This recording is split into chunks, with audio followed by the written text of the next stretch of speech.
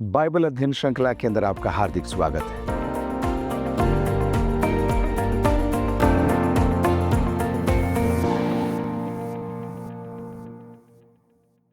मिलकर हम इब्रानियों की पत्री का अध्ययन कर रहे हैं और आज के सत्र में हम इब्रानियों की पत्री चौथे अध्याय के अंदर हैं। पहली आयत से हम आगे पढ़ेंगे।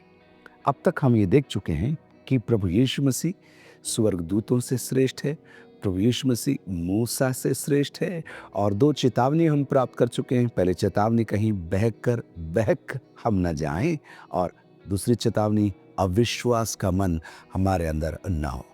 चौथे आयत में प्रवेश करते हैं, लेकिन पहले प्रार्थना करते हैं। प्रभु जी, हम आपका बहुत धन्यवाद देते हैं आपके जीवित वचन के लिए। हम धन्यवाद देते हैं सौभाग्य के लिए आप यहाँ मौजूद हैं, सिखाने के लिए और हमारे जीवन में लागू करवाने के लिए। आपका बहुत धन्यवाद प्रभु यीशु मसीह के नाम से मांगते हैं, आमीन। इब्रानियों की पत्री चौथा अध्याय की पहली आयत। इसलिए जबकि उसके विश्राम में प्रवेश करने की प्रतिज्ञा अब तक है। इसलिए आते ही हमें एक सवाल पूछना पड़ेगा, किस लिए? उसके लिए हमें तीसरे अध्याय की अंतिम आयतों को देखना पड़ेगा। वहाँ लिखा है 19 आयत में, अतः हम देखते हैं कि वे अविश्वास के कारण प्रवेश न कर सके। उन्होंने अविश्वास किया, इसलिए वे अपने विश्राम में प्रवेश न कर सके। अब पहली आयत में, इसलिए जबकि उसके विश्राम में प्रवेश करने की प्रतिज्ञा अब तक है। 3 बार पहले वो कह चुका है, यदि आज तुम उसका शब्द सुनो। आज प्रतिज्ञा बाकी है, क्योंकि लोगों ने विश्राम में प्रवेश नहीं किया। क्या है ये विश्राम? इस पद्यांश के अंदर बार बार ये शब्द आएगा, विश्राम विश्राम। देखते हैं। इसलिए जबकि उसके विश्राम में प्रवेश करने की प्रतिज्ञा अब तक है, तो हमें डरना चाहिए। ऐसा ना हो कि तुम में से कोई जन उससे वंचित रह जाए। 40 साल तक इजरायलियों ने परमेश्वर को परखा, उसकी परीक्षा की, कृतज्ञ रहे, उनका मन कठोर हो गया और वे जंगल में ढेर हो गए, खत्म हो गए और उन्होंने उनके प्रतिज्ञा के देश में जो उनके लिए विश्राम था उसमें वे प्रवेश न कर सके। इसलिए लेखक अपने लोगों को चिता रहा है और हमें भी चिता रहा है कि जब तक समय है तुम ध्यान दो और डरो। तुम्हारे अंदर डर हो कि कहीं ऐसा ना हो कि हम मेहनत करें और हम हमारे विश्राम में या हमारे प्रतिफल को हम प्राप्त ना करें। दूसरी आयत, क्योंकि हमें उन्हीं की तरह सुसमाचार सुनाया गया है। सीधा लेखक मुझे रापो कटघरे में खड़ा करता है और मूल पत्री के प्राप्तकर्ताओं को भी खड़ा करते हुए कहता है, क्योंकि हमें उन्हीं की तरह, किनकी तरह? इजरायलियों की तरह सुसमाचार सुनाया गया है। वर्तमान में सुसमाचार सुनाया गया है, पर सुने हुए वचन से उन्हें कुछ लाभ न हुआ। क्यों? क्योंकि सुनने वालों के मन में विश्वास के साथ नहीं बैठा। वचन सुना लेकिन वचन पर विश्वास नहीं किया। एक के बाद एक संदेश आपके पास आ रहे हैं। यूट्यूब पर आप प्रभु के वचन को सुन रहे हैं, कलीसिया में आप प्रभु के वचन को सुन रहे हैं, चलते फिरते प्रभु आपसे बात कर रहा है। आप सुन तो रहे हैं लेकिन आप उस पर ध्यान नहीं दे रहे, आज्ञा नहीं मान रहे। ये इसलिए है क्योंकि आपने परमेश्वर के वचन पर विश्वास नहीं किया, अपने विश्वास को मिलाया नहीं। इब्रानियों की पत्री 11 अध्याय की 6 आयत में क्या लिखा है? वहाँ पर इस प्रकार लिखा है, और विश्वास बिना उसे प्रसन्न करना अनहोना है।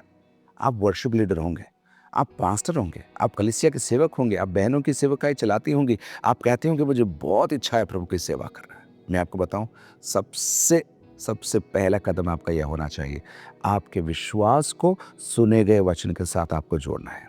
प्रभु तूने कहा है तो मेरे लिए होगा, तूने कहा है तो मैं करने को तैयार हूँ। ये विश्वास जब आप जोड़ते हैं तो आप सच में विश्वासी ठहरेंगे। इजरायलियों को लाभ क्यों नहीं हुआ?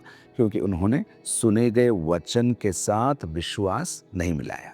तो ये चेतावनी चल रही है, हमें याद दिला रहा है लेखक कि हम भी ऐसा कहीं हो न जाएं। तीसरी आयत, परंतु हम जिन्होंने विश्वास किया है अर्थात विश्वास कर चुके हैं, उस विश्राम में प्रवेश करते हैं। इजरायलियों के लिए जो जंगल में घूम रहे थे, कादेश बर्निया पर आकर उन्होंने कनान को देख लिया था, रिपोर्ट उन्हें मिल गई थी।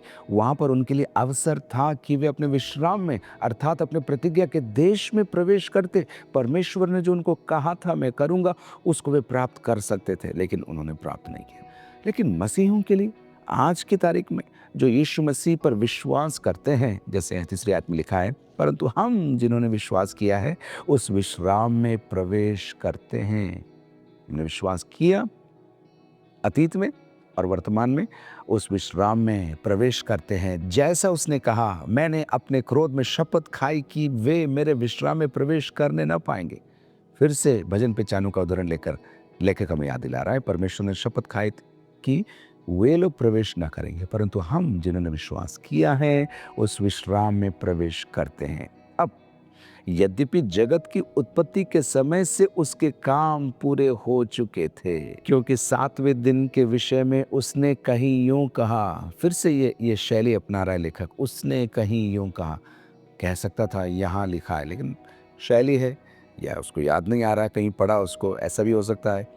उसने कहीं यूं कहा है, 4 आयत में मैं हूं, परमेश्वर ने 7वें दिन अपने सब कामों को निपटा करके विश्राम किया। और इस जगह फिर ये कहता है वे मेरे विश्राम में प्रवेश न करने पाएंगे।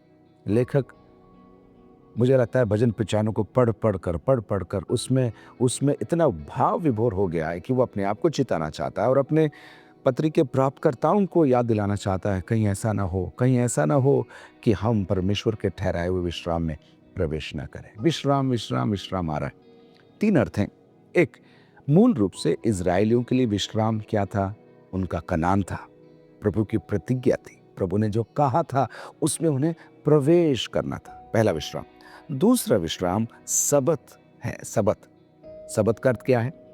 कार्य हो चुका, 7वां दिन विश्राम का दिन है। और कहाँ से ये शुरू हुआ वो हम देख रहे हैं, उत्पत्ति की पुस्तक 2 अध्याय की 2 आयत में, परमेश्वर ने 7वें दिन अपने सब कामों को निपटा करके विश्राम किया। अगर आप गहन अध्ययन करें तो आपको ये समझ में आएगा कि परमेश्वर काम पूरा करके अभी मैं लेटने जा रहा हूँ, अभी कोई डिस्टर्ब मत करना मेरे को, बस मैं मोबाइल लेकर विश्राम करने जा रहा हूँ, ऐसा नहीं है। बाइबल के अंदर जो विश्राम है कार्य की पूर्ति है। मैंने काम शुरू किया, मैंने काम पूरा किया। सच्चा विश्राम क्या है मालूम? कुछ आप काम शुरू करें और जब आप उस काम को पूरा कर लेते हैं आपके मन में विश्राम आ जाता है। उल्टा आपके मन के अंदर ताकत आ जाती है, अगला क्या काम करना है मुझे बताओ। परमेश्वर आज भी काम कर रहा है, परमेश्वर आज भी सृष्टि को चला रहा है, लेकिन मूल रूप से परमेश्वर ने 7वें दिन अपने सब कामों को निपटा करके विश्राम किया। 5वीं आयत, और इस जगह फिर यह कहता है वे मेरे विश्राम में प्रवेश करने न पाएंगे। तो मैंने आपको पहले बताया इजरायलियों के लिए विश्राम क्या था? उनका कनान था, प्रतिज्ञा की देश थी। दूसरा विश्राम क्या है? 7वां दिन सबत का, विश्राम का, जिसका अर्थ मैंने अभी आपको बताया, बैठकर सोना नहीं, लेकिन कामों की पूर्ति के पश्चात उसका आनंद लेना, प्रभु के सामने बैठना, उसे धन्यवाद देना, मनन करना और मनन चिंतन करते हुए दिल के अंदर धन्यवाद उत्पन्न करना। परंतु आज के विश्वासियों के लिए, जो यीशु के अनुयायी हैं, उनके लिए विश्राम क्या है मैं आपको बताता हूँ। 6 आयत, तो जब ये बात बाकी है कि कितने और हैं जो उस विश्राम में प्रवेश करें और जिन्हें उसका सुसमाचार पहले सुनाया गया, उन्होंने आज्ञा न मानने के कारण उसमें प्रवेश नहीं किया। आज्ञा माननी पड़ेगी, अविश्वास हटाना पड़ेगा यदि हमें हमारे विश्राम में प्रवेश करना है। 7वीं आयत, इसलिए वह किसी विशेष दिन को ठहराकर इतने दिन के बाद दाऊद की पुस्तक में उसे आज का दिन कहता है। हम ये बात देख चुके हैं, आज का दिन कहता है। जैसे पहले कहा गया, यदि आज तुम उसका शब्द सुनो तो अपने मनों को कठोर ना करो। बार बार भजन 95 में जा रहा है, बार बार वहाँ से आयत को लाकर हमारे लिए खड़ा करके कह रहा है, तुम्हारा मन कठोर ना हो जाए, तुम्हारा मन कठोर ना हो जाए, तुम्हारा मन कठोर ना हो जाए। अब मूसा की बात कह चुका है वो 3 अध्याय के पहले भाग में, अब यहोशू को लेकर आ रहा है। देखिए 8वीं आयत में, क्योंकि यदि यहोशू उन्हें विश्राम में प्रवेश करा लेता तो उसके बाद दूसरे दिन की चर्चा न होती। मूसा परमेश्वर के लोगों को लेकर मिस्र से बाहर निकला, लेकिन उन्हें वाचा के देश में पहुंचा नहीं पाया। परमेश्वर ने कहा यह काम अब तेरा चेला यहोशू करेगा। इसलिए मूसा के बाद यहोशू भी यहूदियों के लिए बहुत प्रमुख स्थान रखता था। लेकिन लेखक क्या कह रहा है, न मूसा न यहोशू ये काम कर पाए, क्योंकि यदि यहोशू उन्हें विश्राम में प्रवेश करा लेता तो उसके बाद दूसरे दिन की चर्चा ना होती। नवी आयत, अतः जान लो कि परमेश्वर के लोगों के लिए सब्त का विश्राम बाकी है। सब्त का विश्राम बाकी है। अब आत्मिक अंदाज में लेखक मुझसे और आपसे बात कर रहा है और इसका खुलासा मैं अभी करूंगा, लेकिन 10वीं आयत पहले पढ़ लेता हूं। क्योंकि जिसने उसके विश्राम में प्रवेश किया है उसने भी परमेश्वर के समान अपने कामों को पूरा करके विश्राम किया है। अपने कामों को पूरा करके विश्राम किया है। आज मेरे और आपके लिए विश्राम क्या है मालूम? हमारे लिए विश्राम यह है कि हम ये विश्वास करें कि परमेश्वर ने हमारे लिए कार्य कर दिया है। यीशु मसीह में हमारे लिए पापों का प्रायश्चित का प्रावधान हो चुका है। अब मेरे कार्यों से मैं धर्मी नहीं ठहरूंगा। मेरी मेहनत से कुछ करके, कुछ दिखा के, कुछ बोल के, कुछ देकर मैं मेरे उद्धार को खरीदूंगा नहीं, परंतु अब मैं ये विश्वास करूंगा यीशु ने मेरे लिए सब कुछ कर दिया है। यीशु ने मेरे लिए सब कुछ तैयार कर दिया है और अब मुझे विश्वास के साथ, आज्ञाकारिता के साथ उन कामों में प्रवेश करना है। मेरे प्रियो, यीशु के पीछे अगर आप चल रहे हैं तो आपको एक बात मैं समझाना चाहता हूँ। प्रभु यीशु आपको आज्ञा दे रहा है कुछ कामों को करने के लिए, लेकिन साथ साथ आपको वो शक्ति भी देगा कि उस कार्य को पूरा कर सके। मेरा परमेश्वर अन्यायी नहीं। अगर आपसे कुछ करने को कहता है तो उसको करने की सामर्थ्य भी वो प्रदान करता है। ये है मेरे और आपके लिए विश्राम, कि हम ये समझ जाएं अब मैं नहीं, मसीह मुझ में है, और जो कुछ मैं करता हूँ वो मैं नहीं, मसीह मुझ में होकर करता है। गलातियों की पत्री उसका 2 अध्याय से मैंने इस आयत को आपके लिए कहा, लेकिन आपको पढ़कर उसकी खूबसूरती एक बार और मैं बताना चाहता हूँ। गलातियों की पत्री 2 अध्याय उसकी 20 आयत में देखिए क्या लिखा है। मैं मसीह के साथ क्रूस पर चढ़ाया गया हूँ। अब मैं जीवित न रहा, पर मसीह मुझ में जीवित है, और मैं शरीर में अब जो जीवित हूँ तो केवल उस विश्वास से जीवित हूँ जो परमेश्वर के पुत्र पर है, जिसने मुझसे प्रेम किया और मेरे लिए अपने आप को दे दिया। गलातियों के अंदर पौलुस कह रहा है अब मैं जीवित नहीं हूँ, तो फिर मसीह मुझ में जीवित है। मैं विश्राम में हूँ और जो कुछ मैं कर रहा हूँ, जो कुछ मैं कहता हूँ, अब मैं नहीं, मसीह मुझसे और मुझ में होकर करवा रहा है। कुलुस्सियों की पत्री 2 अध्याय की 16वीं आयत देखिए। कुलुस्सियों की पत्री 2 अध्याय उसकी 16 आयत। इसलिए खाने पीने या पर्व या नए चांद या शब्द के विषय में तुम्हारा कोई फैसला ना करे, क्योंकि ये सब आने वाली बातों की छाया है, पर मूल वस्तुएं मसीह की हैं। मूल वस्तुएं मसीह की हैं। इजरायलियों के लिए सबत या यहूदियों के लिए सबत बहुत महत्व रखता है। आज भी यहूदियों के लिए सबत महत्वपूर्ण है, लेकिन हमारे लिए सबत क्या है? हमारे लिए सबत मसीह पर आसरा, मसीह पर भरोसा, मसीह पर विश्वास हमारा विश्राम है। एक और आयत, फिलिपियों की पत्री 4 अध्याय उसकी 13 आयत। मैं सोचता हूँ आपको ये आयत कंठस्थ होगी। फिलिपियों की पत्री 4 अध्याय उसकी 13 आयत में क्या लिखा है? जो मुझे सामर्थ देता है उसमें मैं सब कुछ कर सकता हूँ।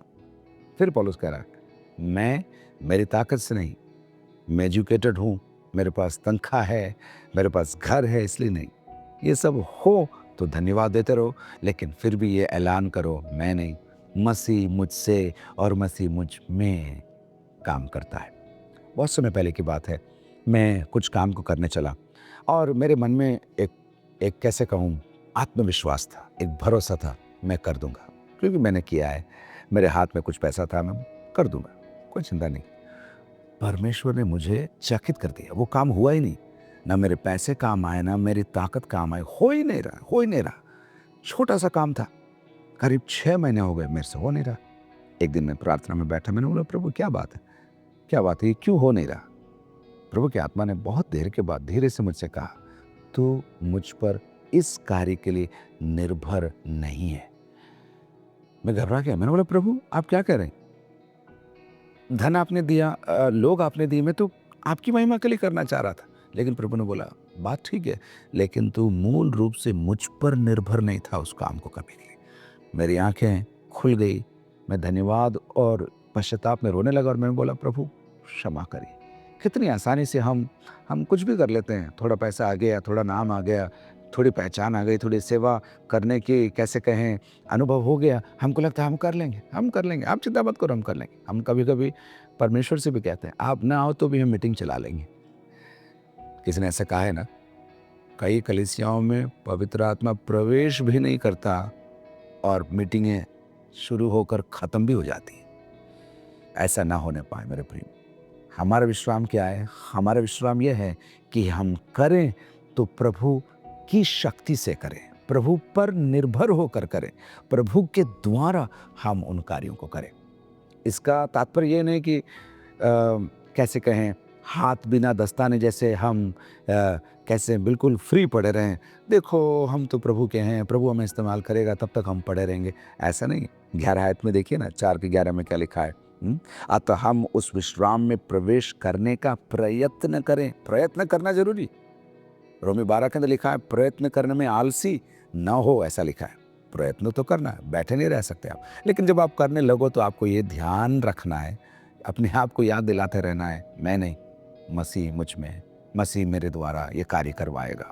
फिलिपियों की पत्री 2 अध्याय की 13 आयत में एक आयत लिखी है जो परमेश्वर मुझे बार बार याद दिलाता है। 2 का 13 देखिए क्या लिखा है। क्योंकि परमेश्वर ही है जिसने अपनी सुइच्छा निमित्त तुम्हारे मन में इच्छा और काम दोनों बातों के करने का प्रभाव डाला है। इच्छा यदि प्रभु ने दिया है तो उस काम को करने की शक्ति भी प्रभु प्रदान करेगा। अगर परमेश्वर ने कहा है कुछ करने के लिए आपसे, तो उसके लिए प्रबंध भी प्रभु करेगा। आप जोड़ तोड़ लगा रहे हैं, रोज आप अपने सिक्के गिन रहे हैं, रोज आप नोट बना रहे हैं, डायरी में आप लिख रहे हैं, रोज गणित कर रहे हैं, अच्छी बात। लेकिन अगर प्रभु ने कहा है तो प्रभु कर कर ही रहेगा। लेकिन आपको निर्भर उस पर होना पड़ेगा, धन्यवाद देते रहना पड़ेगा। और आप यदि ऐसा करेंगे तो आप अपने विश्राम में हैं, आप मसीह में हैं। 10वीं और 11वीं आयत एक बार और मैं आपके लिए अंत में पढ़ना चाहता हूँ। क्योंकि जिसने उसके विश्राम में प्रवेश किया है उसने भी परमेश्वर के समान अपने कामों को पूरा करके विश्राम किया है। एक और बात मैं आपको कह दूं, यूहन्ना रचित सुसमाचार 15वें अध्याय की 5वीं आयत में प्रभु यीशु मसीह अपने शिष्यों से बात करते हुए कहते हैं, यूहन्ना 15:5, मैं दाख लता हूँ, तुम डालियां हो, जो मुझ में बना रहता है और मैं उसमें, वो बहुत फल फलता है, क्योंकि मुझसे अलग होकर तुम कुछ भी नहीं कर सकते। यीशु अपने अनुयायियों से, शिष्यों से कह रहा है, मेरे बिना तुम कुछ नहीं कर सकते। कर सकते हो लेकिन उसका प्रतिफल भी नहीं मिलेगा, उसका अंजाम भी बुरा होगा। लेकिन यदि तुम मुझ पर निर्भर रहकर करोगे तो जैसे मैंने आपको पहले बताया, हम हमारे विश्राम में प्रवेश कर चुके होंगे। एक और बात मैं आपको बताऊं, 1 कुरिन्थी 3 अध्याय के अंदर पौलुस कहता है हम परमेश्वर के सहकर्मी हैं, परमेश्वर के कर्मचारी नहीं लेकिन परमेश्वर के सहकर्मी। अर्थात हम परमेश्वर के साथ काम करते हैं, जैसा वह करना चाहता है हम करते हैं, जैसा वो बोलना चाहता है हम बोलते हैं, जहां वो भेजता है हम जाते हैं। हम परमेश्वर के कौन है? सहकर्मी। यदि ये बात हमारे दिल में हमेशा बनी रहे तो हम हमारे विश्राम में होंगे। हम कठिनाइयों को देखकर, कठिन कामों से हम घबराएंगे नहीं, भागेंगे नहीं। हम कहेंगे बिल्कुल, जो मुझे सामर्थ्य देता है उसके द्वारा मैं कर सकता हूँ। तो इस सत्र के अंदर हमने विश्राम के 3 अर्थ समझे। एक, इजराइलियों के लिए विश्राम उनका कनान था, उनके प्रतिज्ञा के देश थे। दूसरा, विश्राम सबत का दिन है, अर्थात कामों को निपटाने के बाद बैठने का, उसका आनंद लेने का, सोचने का, मनन करने का, धन्यवाद देने का समय। विश्राम सोने का ही नहीं लेकिन काम की पूर्ति को दर्शाता है। लेकिन तीसरी बात हमने देखा, विश्राम विश्वासियों के लिए क्या है? यीशु मसीह के पूरे किए गए कार्य पर भरोसा करना, यीशु मसीह ने जो कहा है उस पर टिक जाना और टिक कर जो कुछ करना है उसको उस पर निर्भर रहकर करते रहना। एक सवाल मैं आपसे पूछूं, आप बेचैन हैं या विश्राम से भरे हुए? आपकी आज की अवस्था क्या है? आप किसी बात को लेकर व्याकुल तो नहीं, होगा कि नहीं होगा, होगा कि नहीं होगा, कौन करेगा, कौन मेरी मदद करेगा, कितना है मेरे पास? मेरे प्रियो, कितना बड़ा सौभाग्य है। यीशु मसीह ने स्वयं हमसे कहा है, मत्ती रचित सुसमाचार 11वें अध्याय की 28 आयत में, हे सब परिश्रम करने वालों और बोझ से दबे हुए लोगों, मेरे पास आओ, मैं तुम्हें विश्राम दूंगा। मेरा जुआ अपने ऊपर उठा लो और मुझसे सीखो, क्योंकि मैं नम्र और मन में दीन हूं, और तुम अपने मन में विश्राम पाओगे। विश्राम पाओ। सोते रहोगे ऐसे नहीं, तुमने जो शुरू किया उसको पूरा कर पाओगे। तुमने जिसके लिए विश्वास किया उसका प्रतिफल तुम अपनी आंखों से देखने पाओगे। मेरी प्रार्थना है मैं और आप, हम सब हमारे आत्मिक विश्राम में प्रवेश कर सकें। प्रभु आपको बहुत बहुत आशीष दे।